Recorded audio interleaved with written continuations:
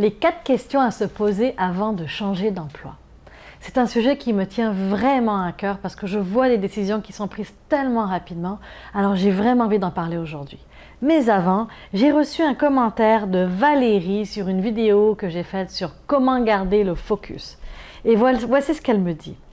Elle est parisienne, elle a 53 ans, elle est fonctionnaire et elle dit « Je ne cherche pas à changer de travail, mais j'ai relevé certains points intéressants dans votre vidéo.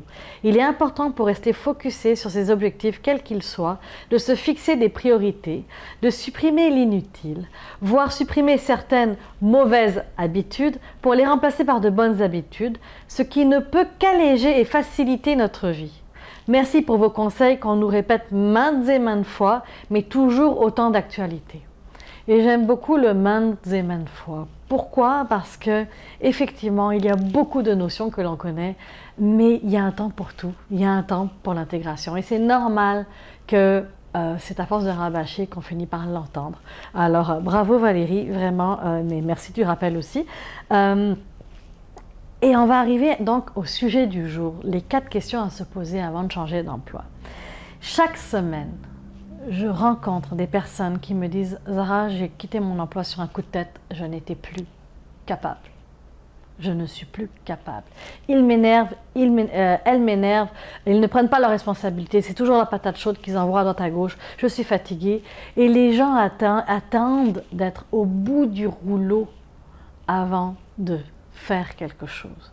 Et ça, c'est avant même de te donner des pistes, des 4 questions à se poser avant de quitter ton emploi. La première chose que je veux te dire, n'attends pas d'être au bout du rouleau pour réaliser qu'il y a quelque chose qui ne va pas avec ton travail. Tu le sais. Aussitôt que c'est arrivé à ta conscience, s'il te plaît, bouge et pose-toi ces 4 questions-là. Ok, n'attends pas que ton corps physique te ramène parce qu'il va te ramener. Il va te ramener. Donc, première question. Pourquoi tu veux quitter ton emploi? C'est la première chose. Est-ce que tu es en train de fuir une situation? Est-ce que tu étais bien et tout d'un coup il y a eu un changement de personnel ou d'organisation ou un changement de manière de faire? Est-ce que tu manques de compétences? Est-ce que tu as un problème relationnel avec ton boss ou avec des collègues de travail?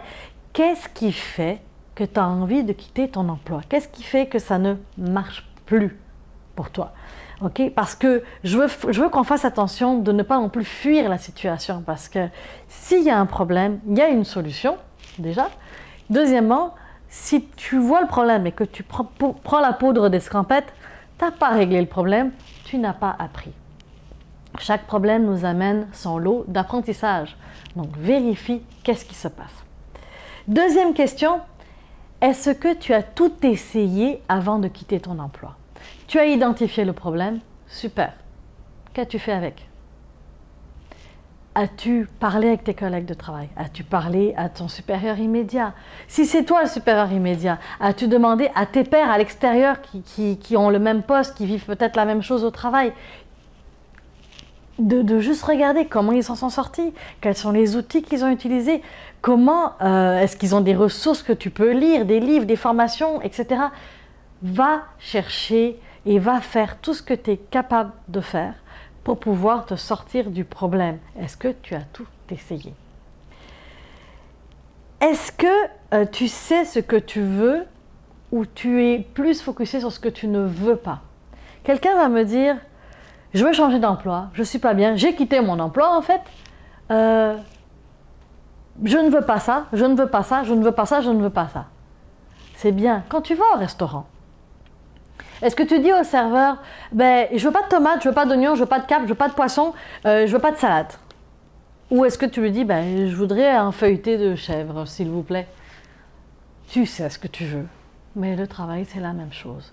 Donc, avant de quitter ton emploi, tu sais peut-être ce que tu ne veux pas, mais prends le temps de savoir ce que tu veux.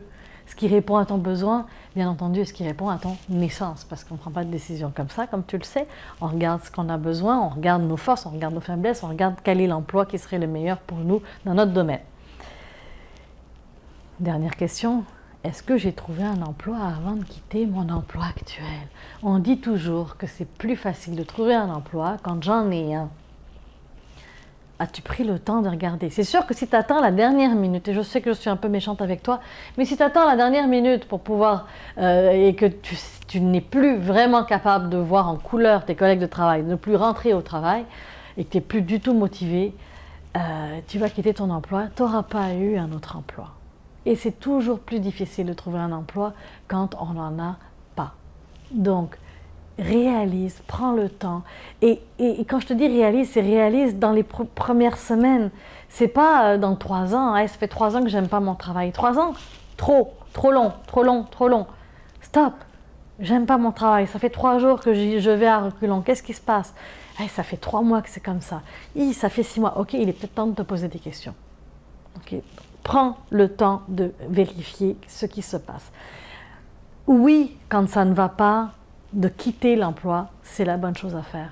Regarde d'abord ce que tu as comme possibilité. Regarde ton réseau, active tes contacts.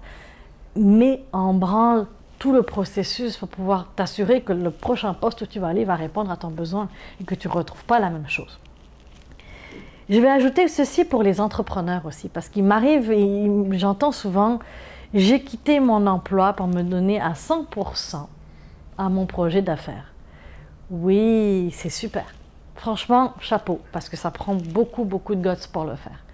Par contre, si tu l'as fait, j'espère que tu as prévu au niveau financier ce que tu as besoin pour la famille, si tu es en couple, si tu as des enfants, et même pour toi.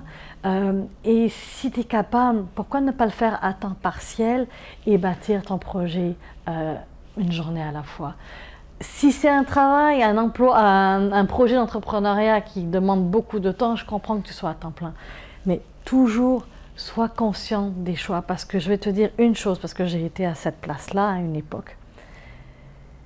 Les finances, quand on n'en a pas, on n'arrive pas à prendre les bonnes décisions.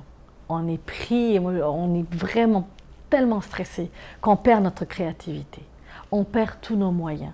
Donc, j'ai eu des moments où 5 $ de réseautage, je n'étais pas capable pour aller prendre un café avec un prospect, client ou autre. C'est stressant. C'est stressant. Alors, réfléchis bien avant de quitter ton emploi pour partir à ton compte. Alors, bien sûr, c'est à ton tour de me parler. Comment tu as fait dans tes anciens jobs pour quitter ton emploi? Est-ce que c'était préparé? Est-ce que tu réfléchis ou d'habitude tu quittes du jour au lendemain? Qu'est-ce que ça te parle? Est-ce que ces 4 questions-là viennent t'aider? Donne-moi des informations, écris-moi en bas. La semaine prochaine, on va parler d'un point qui me tient encore une fois beaucoup à cœur. Quand ça te blesse, quand ça te touche, c'est que tu avances. Oui, c'est paradoxal, mais tu es en train d'avancer. On en parle la semaine prochaine.